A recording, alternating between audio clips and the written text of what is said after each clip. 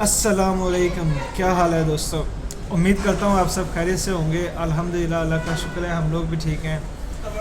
अगर अभी तक आप लोगों ने मेरा चैनल नहीं सब्सक्राइब किया तो सबसे पहले चैनल को ज़रूर सब्सक्राइब कीजिए, बेल आइकन को भी दबाइएगा ताकि मेरी हर नई आने वाली वीडियो आपको सबसे पहले मिले। आज की जो वीडियो है वो टापू के ऊपर है कि तुर्की में किस तरह के टापू हैं, कितने टापू हैं, उनके क्या क्या फ़ायदे हैं, क्या क्या नुकसान है, इसके ऊपर गपशप करेंगे। और मेरे साथ आसिफ भाई मौजूद हैं, तो आसिफ भाई से थोड़ी रहनुमाई लेते हैं। तो आसिफ भाई, पहले तो ये बताएं कि तुर्की में टापू कितने किस्म के हैं। तुर्की में दो तरह के टापू होते हैं, ठीक है। उसकी भी अलग अलग सेक्शन में डिवाइड कर सकते हैं। ठीक एक है। ब्लू कलर का होता है, एक रेड कलर का होता है। एक रेड, ठीक है। तो ब्लू का क्या फ़ायदा है और क्या नुकसान है। ब्लू का यही है, पहले जो पुराने घर हो 50 साल 100 साल वो ब्लू ये होता है, उसको ब्लू होता है, ठीक है। आजकल चेंजेस करके रेड पे डाला हुआ है।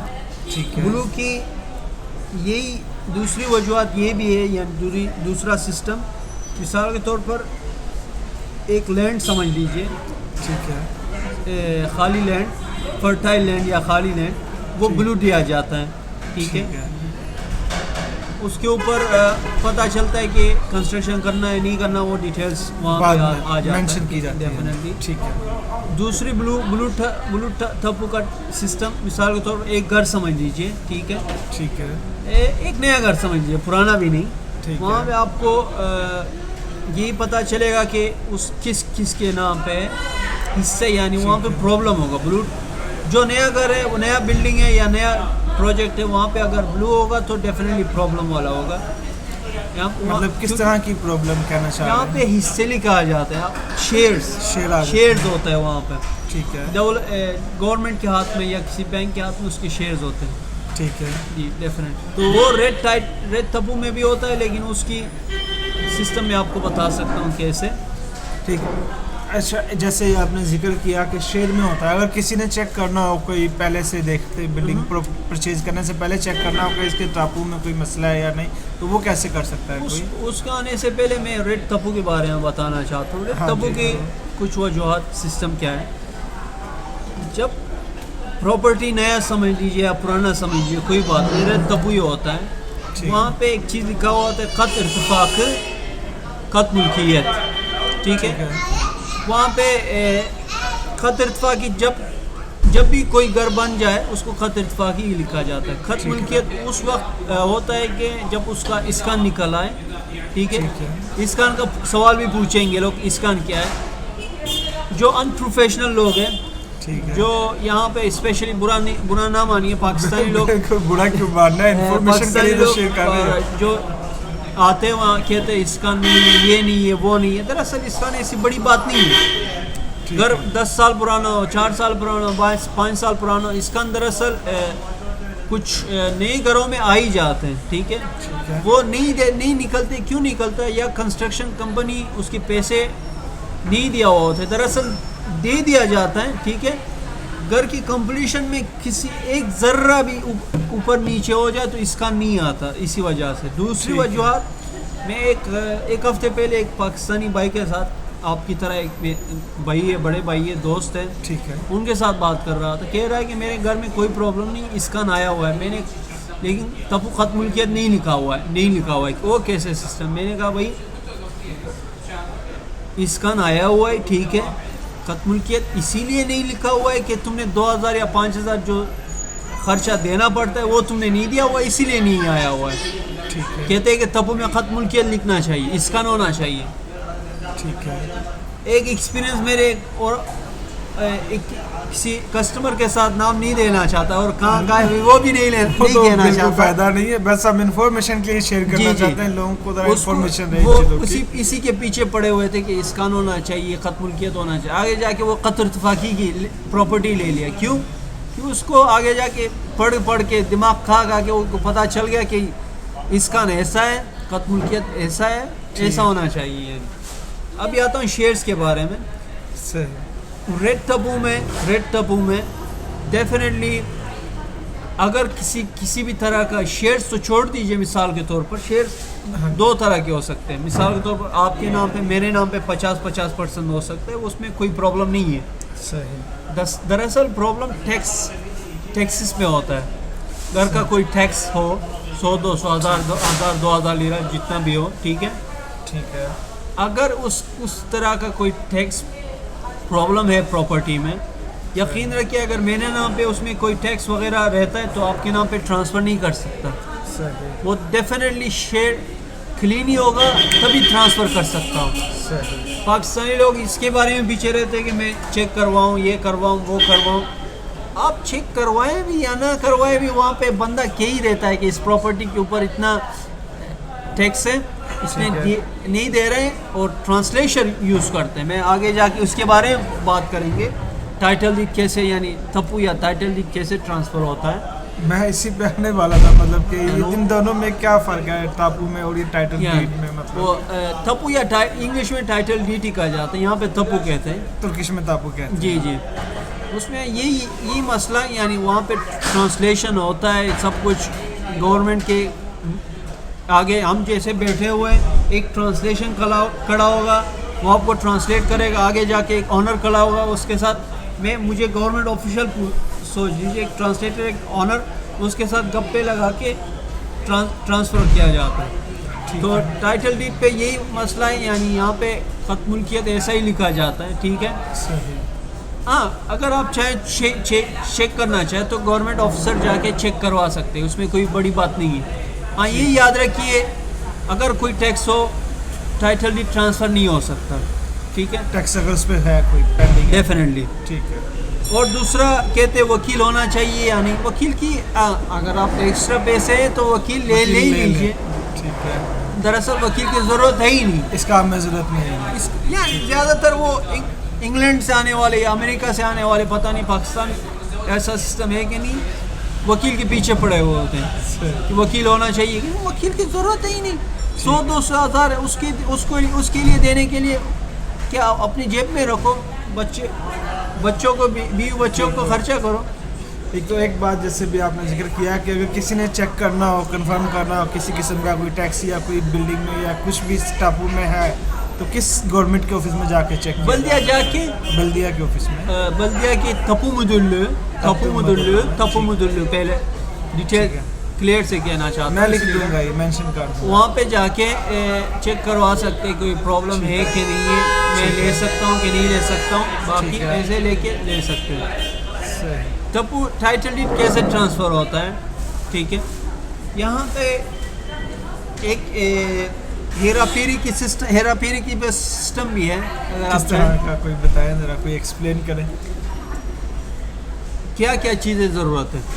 पिक्चर, आपका बायोमेट्रिक पिक्चर, ठीक है। पासपोर्ट, ठीक है। फॉरेनर्स है तो पासपोर्ट डेफिनेटली ज़रूरत है, चाहे TRC हो भी ना हो, पासपोर्ट डेफिनेटली ज़रूरत है, ठीक है। टाइटल डीड का वही नमूना, अपॉइंटमेंट, ठीक है, यही। ठीक है। अभी आता हूँ वहाँ पे, पिक्चर ले लिया, ठीक है। पासपोर्ट है, उसकी ट्रांसलेशन भी ज़रूरत है, वो हो गया, ठीक है। ठीक है। अपॉइंटमेंट ले ली, ठीक है। ठीक है। ट्रांसलेशन है, ट्रांसलेशन भी वहाँ पे 800, 1000 में हो ही जाता है, 800, 1000 लीरा, 700 या कुछ ले ही लेता है वो। और ट्रांसलेटर आप खुद अपॉइंट नहीं कर सकते, वहाँ का बल्दिया का खुद ट्रांसलेटर होता है, उसको दिया जाता है, ठीक है। ठीक है, यानी कि ट्रांसलेशन बल्दिया का होता है, खुद से नहीं लेके जा सकते। खुद से नहीं लेके जा सकते वो, ये भी आपने गारंटी यमीनी तर्जुमान कहा जाता है, गारंटी गवर्नमेंट ऑफिसर होता है, ठीक है। ठीक है। यानी सब कुछ गवर्नमेंट के पास ही होता है। वहाँ पे हेरा फेरी का सिस्टम यही है, राइश बेदले कहा जाता है, यानी प्रॉपर्टी वैल्यू से 4% आपको टैक्स दिया जाता है, ठीक है। मिसाल के तौर पर आप $20,000 का प्रॉपर्टी खरीदते हैं, बनता है 1,60,000, ठीक है। राउंड फिगर बोलते हैं, ठीक है, 1,60,000 लीरा। ठीक है। राइश बेदले पहले 60,000 या 70,000 होगा। अगर आप 1,60,000 का टैक्स देना चाहते हैं तो आपकी बेवकूफ़ी है मेरे लिहाज से। 60-70 पुराना है, उसको 75-80 लिख दो, टैक्स कम दे दो, ठीक है। मैंने सुना है ऐसा हेरा फेरी पाकिस्तान में भी चलता है वैसे। सही। हाँ, इसकी दरअसल वजूहत क्या है, गवर्नमेंट को पता ही है सर, ऐसी कोई गलत बात नहीं है, गवर्नमेंट को पता ही है कि इसकी वैल्यू इतनी नहीं है। हाँ, ये मैंने अपने नाम पे लिया 1,60,000 में, ठीक है। ठीक है। मैं आपको बेच देता हूँ 2,50,000 में, ठीक है, फॉर एग्जांपल। हाँ जी 1 साल या 2 साल के बाद उसकी राइज वैल्यू या टैक्स वैल्यू 4% होता है।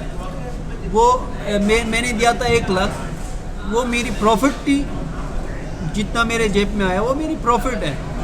वो आपको बेच देता हूँ यानी 2,50,000 में बेच दूँ, आप उसको 1,10,000 दिखा दीजिए, कोई टेंशन वाली बात नहीं है। मेरी एक कस्टमर ने कहा था कि ये मेरी सिटीजनशिप में कोई प्रॉब्लम खड़ा कर सकता है कि नहीं खड़ा कर सकता, कोई बात नहीं है, ठीक है। हाँ, $2,50,000 की इन्वेस्टमेंट है तो डेफिनेटली उतना ही दिखाना चाहिए, दरअसल ज़्यादा ही दिखाना चाहिए, टैक्स ज़्यादा दिखाना चाहिए इसका। 2,50,000 इन्वेस्टमेंट की है या 2,80,000 की इन्वेस्टमेंट की है तो उसको कम नहीं दिखाना चाहिए, ठीक है डेफिनेटली उसकी उतनी तक वैल्यू दिखानी चाहिए। सही। दूसरी बात ये भी कहना चाहता हूँ, हाँ प्रॉपर्टी लेने के बाद कुछ लोग कहते हैं कि इसकी क्या वजूहत है। मैं ये यानी वो फॉरेनर्स हो, तुर्किश हो, ये भी पूछते हैं कि सिटीजनशिप के लिए प्रॉब्लम क्रिएट करते हैं कि नहीं क्रिएट करते, ठीक है। हाँ जी। ये बताना चाहता हूँ मोस्टली यहाँ पे प्रॉपर्टी का ऑनर फॉरेनर्स है ही नहीं, तुर्किश से ही लेते हो।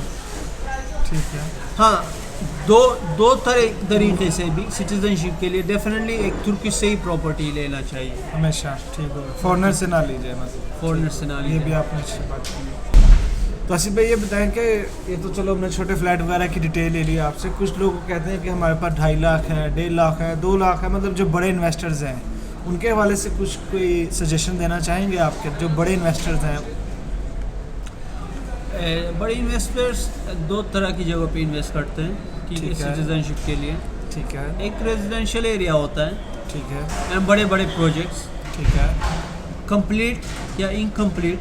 कंप्लीट से लिहाज ready to move, ready to move, incomplete से लिहाज 1 साल 2 साल या 3 Construction साल में है, कंस्ट्रक्शन में होता है, ठीक है, या किसी शॉप्स में इन्वेस्ट करते हैं, ठीक है, शॉप्स वगैरह, मतलब डेफिनेटली फ्रेंचाइज टाइप, नहीं, नॉट फ्रेंचाइज सब एक शॉप्स, कोई भी शॉप यानी, यहाँ पे पीछे आप ठीक, देख सकते हैं, कोई भी shop, शॉप्स है, ठीक होगा, या खाली होगा या भरा हुआ होगा, कोई मसला नहीं, या कंस्ट्रक्शन में होगा, कोई मसला नहीं, उसके ऊपर इन्वेस्टमेंट करते हैं, ठीक है। मतलब मुख्तलिफ किस्म के प्रोसेस आप कह रहे हो कि जो उसको ऑप्शंस हैं जिसमें उसका दिल करे इन्वेस्ट कर जी। सकता है, ठीक हो। यहाँ पे ये कहना चाहता हूँ, अगर प्रोजेक्ट पे इन्वेस्टमेंट करना चाहते हैं, जी जी बंदे डेफिनेटली ध्यान रखें हाँ कि किस तरह प्रोजेक्ट है, कहाँ पे इन्वेस्टमेंट कर रहा हूँ, उसकी वैल्यू कितनी होनी चाहिए, प्रॉब्लम है कि नहीं है। ठीक है डेफिनेटली प्रोफेशनल से मदद मांगते, अमाउंट छोटी मोटी अमाउंट नहीं है, प्रोफेशनल से मदद मांगते हैं। फिर भी यहाँ पे बाज़ औक़ात कंपनीज हेरा फेरी करते हैं, डेफिनेटली मैं एक्सपीरियंस कर चुका हूँ इसको। ऐसे। और apart from that experience professional भी हो तो प्रोजेक्ट को भी ध्यान देना चाहिए। बाद प्रोजेक्ट इन टाइम कंप्लीट नहीं होता, उसमें प्रॉब्लम होता है, तो उसको भी ध्यान रखना चाहिए। Definitely under construction company project में इन्वेस्ट करना फ़ायदे में होंगे, क्योंकि आगे जाके प्रोजेक्ट ख़त्म हो गया तो आपकी मिसाल के तौर पर 70 1 लाख की प्रॉपर्टी जो आपने लिया है वो आगे जाके 1,50,000 1,80,000 2 लाख तक जा सकता है। यहाँ पे कुछ प्रोजेक्ट पहले जो अंडर कंस्ट्रक्शन आप लोगों ने लिया तो उसकी मार्केटिंग जो है इस तरह किया गया कि वो लोग बहुत पसंद आया, मतलब ज़्यादा अच्छा दिखाया जाए ये किया। जी आपकी लास्ट वीडियो मैंने आपकी देखी हुई है, वो हाँ जी। एग्जांपल देता हूँ। जब ये अंडर कंस्ट्रक्शन था तो लोगों को शायद दिमाग में आए कि कंप्लीट होगा नहीं होगा। फॉर एग्जांपल हाँ जी ख़रीद लिया, जिसने ख़रीद लिया वो तो होशियारी कर दी उसने। सही। आजकल लोग मैं खुद ही वहाँ पे 5-6 बार 10 बार भी पिक्चर वीडियो लेने के लिए गया हूँ, सही। उसकी प्रॉपर्टी की वैल्यू 100-200% इंक्रीज़ हो भी चुका है। जैसे भाई कुछ लोग होते हैं जो कहते हैं कि हमारे पास $2.5 लाख नहीं है, हम इससे कम में करना चाहते हैं। मिसाल के तौर पे भी कहते हैं मैं $1.5 लाख या $2.25 लाख या बड़ी भी चलो मैं $2 लाख इन्वेस्ट करके नेशनल भी लेना चाहता हूँ, तो ऐसा पॉसिबल है या नहीं? डेफिनेटली पॉसिबल है, डेफिनेटली पॉसिबल है। आपकी नॉर्मली डेफिनेटली अमाउंट $2,50,000 ही होना चाहिए। उसकी ठीक है 2-3 तरह के सिस्टम है। ठीक है एक सिस्टम डेफिनेटली उस 1,50,000 या 2 लाख इन्वेस्ट करके 5 साल वेट करना पड़ेगा। 5 साल वेट करना। हाँ। ठीक है। दूसरा सिस्टम आपकी दिमाग में आता है कि मेरे पास $1,00,000 है, 1 साल या 2 साल के अंदर मैं 3 लाख कमा सकता हूँ, 3 लाख तक ले जा, यानी वो दे के आगे कमा सकता हूँ, $1,00,000 या $2,00,000 कमा सकता हूँ। ठीक है।